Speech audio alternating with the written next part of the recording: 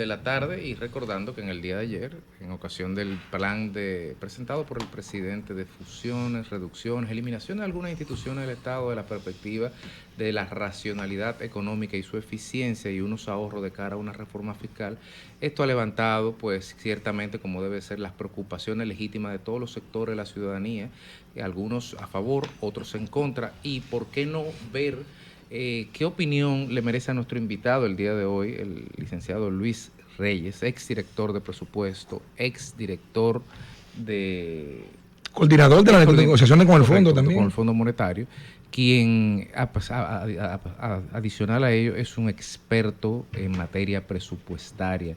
Y no solamente vamos a hablar de números con usted, don Luis, tenemos muchas cosas que hablar, porque ¿es solo números lo que se estuvo mirando ayer en la reforma en Palacio? No, por el contrario, de hecho es una visión sobre lo que debe ser el Estado, el rol del Estado. De hecho, la discusión debería de comenzar por ahí. La discusión sobre la reforma del Estado debería de comenzar discutiendo qué es lo que nosotros como sociedad, cuáles son las tareas, los roles que nosotros como sociedad aspiramos que cumpla el Estado. Y eso es parte de la falta de información que se necesita para hacer una evaluación más comprensiva de lo que se planteó ayer. Yo quiero comenzar señalando lo siguiente.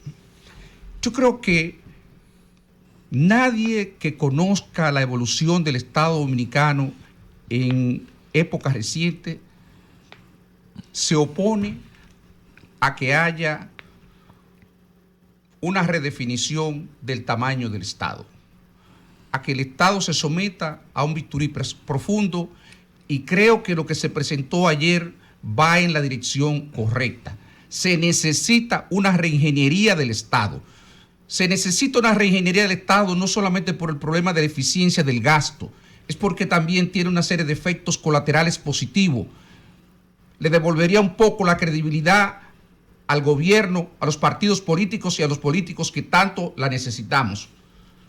Le devolvería la credibilidad al gobierno, a los partidos políticos y a los políticos que tanto lo necesitamos.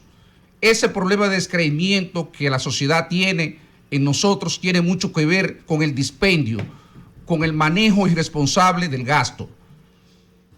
Entonces, yo no creo que haya nadie que se oponga a que aquellas instituciones que o no cumplen una función en el Estado y por tanto deban ser excluidos, o donde hay duplicidad, que sencillamente se fusionen, si es que la función que cumple realmente es una función que contribuye a elevar el bienestar de la población. Y en el caso de la fusión de economía y hacienda, o hacienda y economía, ¿positivo o negativo? Es que no podemos entrar así en estas cosas, porque ese es el problema. No podemos tampoco hacerle el juego a lo que hizo el gobierno ayer y presentar una reforma casi rayando en lo irresponsable por la falta de información.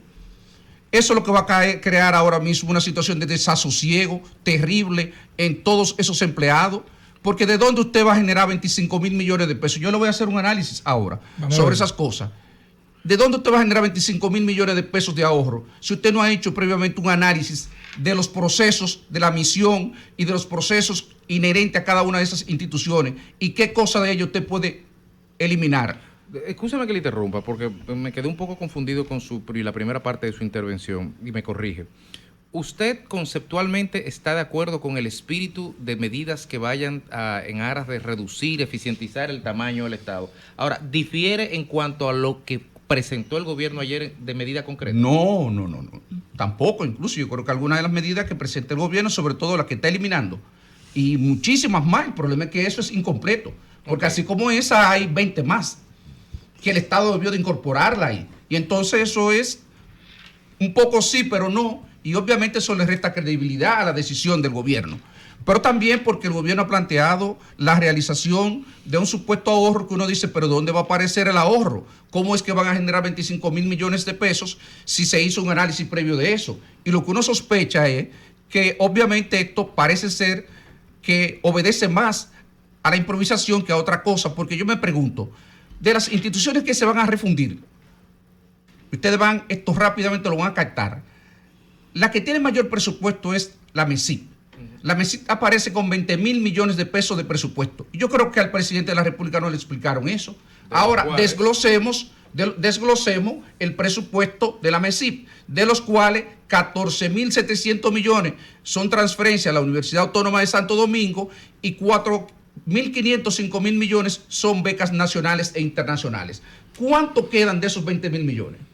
Nada, prácticamente. 1.000 millones, 1.000 y pico de millones, que son los gastos administrativos. Pero ahí hay temas ya más técnicos, más específicos. La MESIP cumple, en términos misional, prácticamente 2 aspectos. El primero de ellos es acreditar las instituciones de educación superior y obviamente los títulos que emiten estas instituciones. Porque ¿por qué surge la MESIP? Haciendo un recordatorio para aquellas personas que no están familiarizados. Por un problema de descrédito que se dio a nivel internacional, que se dio a nivel nacional con los títulos emitidos por las universidades nacionales. Y eso generó una serie de problemas donde llegó un momento donde muchos estudiantes dominicanos que salían del país no eran aceptados en instituciones reconocidas debido a la falta de credibilidad de los títulos. Entonces, uno dice, si yo no voy a generar un ahorro importante con la fusión de la MESIP y el Ministerio de Educación, ¿por qué yo ese beneficio que ya había adquirido el país, por lo menos transitoriamente, porque déjeme decirle algo, incluyendo la MESIP, yo creo que el Ministerio de Educación Superior también es una institución que es susceptible de ser fusionada. También es susceptible de ser fusionada. Yo no creo que las labores que cumple la MESIP sean tan complejas que no puedan ser asumidas por un Ministerio de Educación. Obviamente, no posiblemente el Ministerio de Educación que existe hoy día. Un Ministerio de Educación que todo estamos conteste de la poca eficiencia con la que se maneja. Entonces uno se pregunta, vamos a transferir una institución que por lo menos se ha manejado con razonable pulcritud a una institución ineficiente que pueda arroparla y terminar destruyéndola por un problema posiblemente de moda. Y lo está diciendo una persona que cree, repito, que creo firmemente en lo que se está haciendo. Entonces, no podemos actuar así, porque yo lo que estoy señalando es el sentido de oportunidad. Este es el momento para transferir la MESIP al Ministerio de Educación. Esa es la pregunta que tenemos que hacernos. Adelante, por favor. Sí. Preguntarle, ¿de qué corriente de pensamiento económico es usted? Si de la corriente de la mano invisible, ¿de qué escuela? De la mano invisible, ¿verdad? De la riqueza de las naciones, de Smith, o que la economía fluya sola, ¿verdad? Que eso fluya solo. O si usted de la corriente de pensamiento que el Estado debe intervenir en las regulaciones constantes y permanentes del fluir de la economía. Le pregunto eso para saber si estos controles que pudiera estar poniendo el Estado frenaría un poco la dinámica económica. No, yo no creo que eso frenaría la dinámica económica. Y sobre el tema del pensamiento filosófico, yo lo voy a decir como decía un amigo mío, yo no soy ni de una ni de otra, sino todo lo contrario. Ajá. Yo no soy austríaca. Aunque yo estudié en Estados Unidos, sí, y estudié obviamente y tengo una formación económica liberal y creo profundamente en los mercados. Mírenme, en los mercados. Yo soy una persona que entiendo también que los mercados han dado muestra de que pueden equivocarse y que como tal la función del Estado, por ahora mismo la pandemia es el mejor ejemplo, y el otro fue la crisis del 2008, sí. Del 2008, y si el Estado no hubiera existido, ¿qué hubiese pasado? Vamos también, mírame, ya la evidencia histórica avala que hay un rol que tiene que cumplir el Estado, que el mercado sencillamente solo no puede hacerlo. Ahora, perdóneme. Sí. Mientras el mercado pueda darle respuesta a los problemas, no hay nada mejor que el Estado para solucionar, que el mercado para solucionar los problemas. Lo decía porque en el 2008, en la crisis inmobiliaria, la burbuja, ¿verdad? El presidente Fernández era presidente en ese momento aquí. Y había una corriente de pensamiento de que el Estado tenía que restringirse ante la crisis para como ahorrar entonces el presidente Fernández lo explicaba, dice, no, todo lo contrario, en un momento de tanta situación, el Estado debe gastar más y aumentar el gasto social y el gasto público. Exacto. en este momento, vuelvo y les reitero, don Luis, ¿qué efecto pudiera tener en la economía estas acciones combinando restricción de gasto con reforma fiscal? Es que depende, porque ya nos vamos a meter en un tema y no vamos a salir del tema que estábamos abordando. Ese es un tema que hay que abordarlo solo cuando llegue la reforma. Si es una reforma que es contractiva, si es expansiva, si no, porque eso va a depender del uso que se le vayan a dar a los recursos. Y hasta que uno no conozca la asignación que va a hacer el gobierno de esos recursos y el entorno internacional en que se van a adoptar esas decisiones, no vamos a poder responder eso. Entonces, por favor, te pido que posterguemos la respuesta para un momento más oportuno. De acuerdo. Usted fue director de presupuesto 8 años y evidentemente que eso le da una panorámica completa de la anatomía del Estado Dominicano y de todas sus instituciones. Exacto. Y grosso modo, aún con intervalos de los montos que se manejan. Dijo que entiende que lo que se presentó ayer fue insuficiente, palabras más, palabras menos. ¿Qué usted entiende, por ejemplo, que en dónde se debería seguir profundizando? Porque ayer se habló de quizá una tercera ola de reforma. Entonces, ¿qué cosas quedaron pendientes que son necesarios profundizar en línea con el espíritu de lo que se planteó ayer? Es que lo que se planteó ayer, señores, es un análisis incompleto sobre lo que se persigue, lo que se planteó como objetivo. ¿Por qué? Porque el tema de la reforma del Estado, ¿de dónde debería de partir? Si nosotros definimos que el Estado debe de cumplir X tareas, entonces nosotros necesitamos identificar cuáles instituciones van a cumplir esas misiones y cuáles son los procesos que tienen que ejecutar eso. ¿Qué es un proceso? Es el conjunto de acciones lógicas sistematizadas necesarias para alcanzar un producto, para ofrecer un servicio, un bien público, sea salud, sea educación. Ese conjunto de cosas sistematizadas, articuladas, lógica articulada, que nosotros expresamos posteriormente en un procedimiento, eso es lo primero que debe de verse. Y entonces, cuando nosotros definimos qué va a cumplir cada institución, la que nosotros querramos reformar, sea el Ministerio de Hacienda, sea el Ministerio de Economía, porque yo le pregunto a ustedes, solamente para responder su pregunta, vamos a refundir el Ministerio de Hacienda y Economía. Déjeme decirle que en el año 2008, precisamente cuando Graimer hacía referencia, que a propósito de eso, Graimer, yo apoyé militantemente en ese entonces, porque yo era coordinador del acuerdo con el Fondo Monetario Internacional, el gasto que se hizo.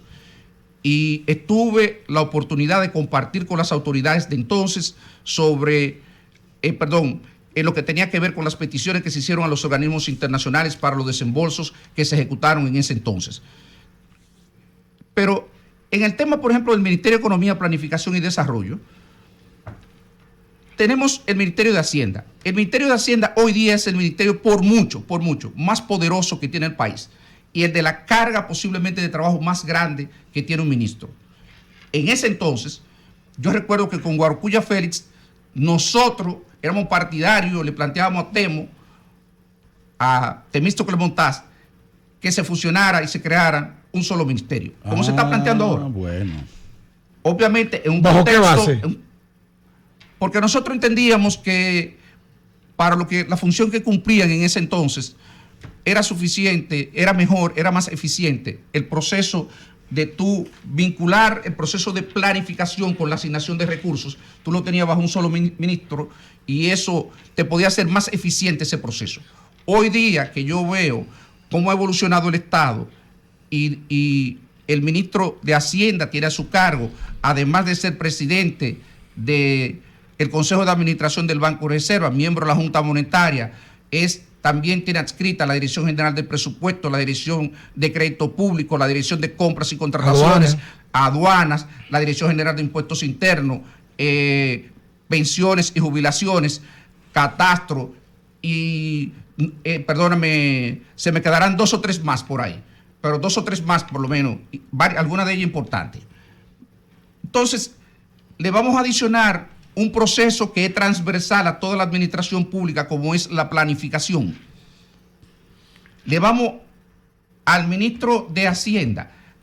Hay algunos temas, como es el tema del manejo de las instituciones sin fines de lucro, que yo pienso que perfectamente eso podría manejarlo la Dirección General de Presupuesto. Y la parte, por ejemplo, de la Dirección de Inversión Pública, yo pienso que sí, que igual eso podría integrarlo a la Dirección General de Presupuesto, pero el área, la parte de planificación que es transversal a todas las instituciones, eso usted lo va a mantener. Entonces, ¿qué es lo que usted se va a ahorrar en términos de recursos? Si ese es el área prácticamente sustantiva más importante del Ministerio de Economía, Planificación y Desarrollo. Un ministro y 6 viceministros. Y un director de recursos humanos. Entonces, más o menos. ¿Qué es lo que estoy diciendo? Porque además de eso, ¿qué queda en el Ministerio de Economía? Cooperación internacional, cooperación internacional y y la Oficina Nacional de Estadística. Bueno, pero aquí estamos hablando del déficit fiscal que se supone o se dice que el año pasado cerró en cerca de 200.000 millones, el déficit fiscal, que es lo que nos recibe el Estado, por encima de lo que gasta, para que nos entiendan, porque a veces usamos lenguaje muy técnico, para que nos entiendan quienes nos escuchan. Y eso se ha dicho que con la suma macro que ellos han presentado, 25.000 billones del presupuesto, impactaría cerca de un 10% de ese déficit fiscal, que si bien es cierto es insuficiente, podríamos desvincularlo como previo a lo que podrían ser las propuestas en términos de que se pueda amainar ese gran déficit fiscal, o sea, o es parte de lo mismo, don Luis.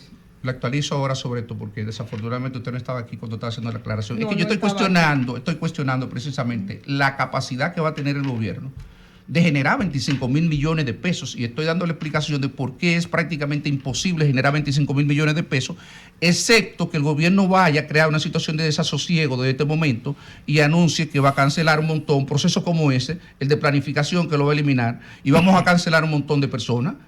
Porque es que la mayoría de esas instituciones que estamos hablando, el Ministerio de Economía tiene 2.300 millones de pesos, que es su presupuesto para la misión sustantiva, sin lo que traspasa a las otras instituciones. ¿Y qué es lo que ejecuta prácticamente el Ministerio de Economía? Eso prácticamente es gasto de nómina y obviamente material gastable y gastos operacionales. Pero ese es el gasto. ¿Qué es lo que vamos a ahorrar de ahí? Igual pasa con el Ministerio de Educación Superior, Ciencia y Tecnología. Si usted quita, por ejemplo, lo que transfiere a la UAS y lo que otorga como becas, entonces, ¿qué es lo que queda? Y entonces uno dice, sí, claro que hay algunos ahorros y va, vuelvo y repito, y que va en la dirección correcta. Lo que yo estoy invitando a la atención es que deberían de profundizar aún más en aquellas instituciones y en aquellas partidas presupuestarias donde verdaderamente puede haber ahorro de más de un 10%. Van en la dirección correcta con la fusión y eliminación de algunas instituciones. Pero claro, hay instituciones que debieron impactar el déficit. Claro, pero el tema es que se queda muy corto. ¿Y cuáles faltan entonces, don Luis? Pero hay muchísimas instituciones. Por ejemplo, ¿cuáles deberían ya no existir? Yo no puedo, porque yo no he hecho un examen tan exhaustivo, pero yo lo voy a mencionar. Pero usted lo ha hecho en el pasado. No, yo no he hecho en el pasado tampoco, por ejemplo, pero si hay cosas. Que si yo le puedo decir, yo puedo ilustrar, a manera de ilustración, y decirle a ustedes, por ejemplo, en qué se parece la oficina de, por citar, la ODC y Desarrollo Barrial. Una comunitaria y otra Mírame, barrial. Desarrollo barrial. ¿Qué hace? Yo estoy hablando en términos del funcionamiento de ella. Sí, ¿Qué hace, por ejemplo, instituciones como... Ahí hay un montón de comisiones y de cosas que uno dice, si usted lo coge y coge el presupuesto, usted la va a identificar. Entonces, si usted, vamos a hacer algo serio, repito, para devolver la credibilidad al gobierno, a los partidos y a los políticos, hagámoslos y hagámoslo bien hecho. Hagámoslo bien hecho. Eso es lo que estoy diciendo, ¿eh? Hagámoslo bien hecho. ¿Cuál sería su propuesta, don Luis, entonces? Pero que el gobierno coja expertos y traiga expertos y coja y haga un análisis, porque eso es toda una técnica, eso no se improvisa, eso no es pararse ahí, yo me toco y decir de que yo voy a fusionar esto y esto y esto y de que no vamos a ahorrar tanto. Sí. Eso es imposible, eso es una locura, eso totalmente. Pero inclusive tendría que intervenirse el tema de la ley de planificación, no, el pacto que tenemos social de la, ¿cómo se llama? Pero ahí queda, perdóneme, hay se me escapa el nombre, ¿cómo que se llama? Ahí hay cosas que quedan como el plan que tenemos de desarrollo. Puntual, por ejemplo, tendría, eso que se está haciendo, sin revisar la Estrategia Nacional de Desarrollo, ¿no tiene sentido? Es que no, perdóneme, es que me quedé en el desarrollo de la idea. Le iba a decir, con la parte de planificación, que no solamente transversal a todas las instituciones públicas, sino que sin la planificación no es posible ejecutar la Estrategia Nacional de Desarrollo. Exacto. Entonces, vamos a dejar la Estrategia Nacional de Desarrollo en banda. Y si eso es así, y esa es la misión más importante del Ministerio de Economía, Planificación y Desarrollo, y donde se supone que gasta la mayor cantidad de recursos. Yo trabajé en el Ministerio de Economía, Planificación y Desarrollo por 8 años también. Trabajé 8 años, 10 años en el Ministerio de Hacienda. Yo conozco las instituciones del país, la conozco por dentro. Y yo le digo a ustedes, ahí hay poca carne. Ahí hay poca carne, muy poca carne por donde cortar. Lo mismo pasa con el MESIP. Entonces, por eso, no creemos esa expectativa de que vamos a ahorrar 25.000 millones. Incluso, yo no hubiera anunciado que vamos a ahorrar tanto. Yo hubiese adoptado la decisión, hubiese seguido profundizando en el recorte de otras instituciones pequeñas, fusionándola. No hay que eliminarla. Si se cumple una función, pues sencillamente la fusionamos y hacemos más eficiente el gasto, pero no tenemos todas esas estructuras que requieren, las estructuras de apoyo, que requieren asignación de recursos, y eso es lo que es realmente dispendioso. Mire, este gobierno se comprometió públicamente a refundar el Estado, a rehacerlo. Y cuando tú estás hablando, hay una carencia de explicación del sentido de lo que se quiere hacer. E incluso hay un comportamiento contradictorio. Las 12 reformas que el gobierno estableció como el fundamento para refundar el Estado no son las que están normando ahora sus propias ejecuciones. Y además le agregó una, la reforma a la Constitución. Yo creo que hace falta la comprensión de una visión de el sentido del cambio que se va a propiciar. Y el gobierno tiene un vacío con eso. Y está refiriéndose a medidas, y desde ese punto de vista, con las medidas tú puedes hacer lo que tú quieras. Mi comentario para mí de hoy está basado en eso, en el sentido de las reformas. Pero escucharlo a usted, yo le planteo la esencia de que se hace falta una visión coherente o no. Pero eso fue lo que planteé al inicio, que debemos de partir de una visión de lo que queremos. Si partimos de una visión de lo que queremos, del rol que juega el Estado, entonces podría ser más fácil que nosotros evaluemos si las medidas que se están adoptando van en la dirección correcta o no. Porque el problema es que tampoco podemos plantearnos, yo no creo que debemos plantearnos, de que hay que achicar el Estado porque hay que achicar el Estado. Es la sociedad, es que debe de responder, es el gobierno junto con todas las fuerzas sociales que quieran participar, que debe redefinir lo que es, que debe de redefinir el Estado que queremos. Y entonces a partir de ahí, pues se hacen los análisis que lo hacen expertos. Aquí hay, por cierto, muy buenos expertos en esa área, y entonces se puede definir qué cosas podemos fusionar, qué cosas podemos eliminar y dónde nos vamos a ahorrar, si es que nos vamos a ahorrar, porque hay espacio para ahorrarnos. Obviamente no es lo que se ha planteado hasta ahora, no es la magnitud que ellos dicen. Yo he tenido oportunidad de revisar muy rápidamente y he visto que hay algunas instituciones, por ejemplo, yo me pregunto, y es una duda también que tengo, si el gobierno va a tener la voluntad política, FAFA, de hacerlo. El Instituto Agrario Dominicano, 2.000 millones de pesos de presupuesto. Veo y reviso, por ejemplo, los programas y no veo ningún programa prácticamente. Lo que sospecho es una nómina, ¿verdad?, que prácticamente se está tragando 2.000 millones de pesos. El gobierno va a tener la voluntad de cancelar para ahorrarse los 2.000 millones de pesos, o por lo menos 1.000 millones de pesos. O sea, vamos a estar claro. Tiene un costo político. Tiene un costo político. Por eso se ha retrasado tanto el pacto y ahora la reforma que parece que es inminente. ¿Usted está de acuerdo en que no hay otra que no sea la aplicación de la reforma? Claro, el asunto es cómo se va a aplicar y sobre a quién más va a impactar. La dirección, lo que está haciendo el gobierno, en mi apreciación, es precisamente creando una percepción de que ellos tienen la voluntad de controlar el gasto. Obviamente deja un montón de dudas. Ayer mismo, ¿qué era lo que se planteaba? Que se va a congelar la nómina al 24 de agosto de este año. Señor, pero la nómina ha aumentado 134.000 millones. Eso no te va a acreditar a ti, no te va a dar el aval para hacer una reforma. Recordemos que el déficit del sector eléctrico ha incrementado de 500, 600 millones a 1.500 a 1.600 millones. Tú tienes 1.000 millones de dólares ahí que tienes que plantearte qué va a hacer. pero además hay en esa misma dirección, en ese camino que tú has elegido, que tú has planteado, hay muchas otras instituciones que tienen las mismas características. Y entonces, ¿por qué tú no profundizas y aprovecha esa condición que tú tienes actualmente de mayoría congresual? Incluso no solamente para hacer eso, sino para modificar una serie de leyes que asignan una serie de recursos, de gastos, que no se cumplen. Y lo que mandan es una mala señal en términos institucional. Bien. O sea, si vamos a hacer las cosas, hagámoslas de manera correcta. Bueno, muchísimas gracias a Luis Reyes, exdirector de presupuesto, por conversar con nosotros y por darnos su parecer respecto a esas iniciativas tomadas ayer por el gobierno. Muchísimas gracias. Gracias a ustedes. Un placer.